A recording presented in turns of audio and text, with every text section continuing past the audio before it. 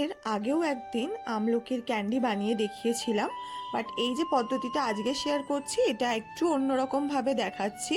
এটার জন্য প্রথমে আমলকিগুলোকে স্টিমারে দিয়ে স্টিম করে নেব। আমলকি সেদ্ধ হয়ে গেলে একটু ঠান্ডা হয়ে যাওয়ার পরে এভাবে ফাটিয়ে ফাটিয়ে দানাগুলোকে বের করে নেব। তারপর মিক্সার গ্রাইন্ডারে দিয়ে ভালো করে একটা স্মুথ পেস্ট বানিয়ে নেব।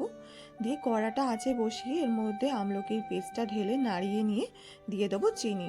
তারপর চিনি আর আমলকি একসাথে মিলে যাওয়ার পরে এর মধ্যে দিয়েছিলাম বিট লবণ খানিকটা, তারপরে দিয়েছিলাম লেবুর রস।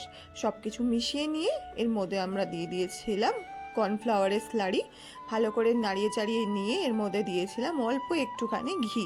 এরপরে যখন এরকমভাবে পেস্টটা ছেড়ে দেবে কড়া, তখন নামিয়ে নিয়ে ঠান্ডা হওয়া অবধি ওয়েট করে এরকম গোল গোল করে চিনির কোটিং করে নিলে রেডি আমাদের আমলকির ক্যান্ডি। এগুলোকে আমরা অনেক দিন অবধি ফ্রিজে স্টোর করে রাখতে পারবো। অবশ্যই বানিয়ে জানাবেন।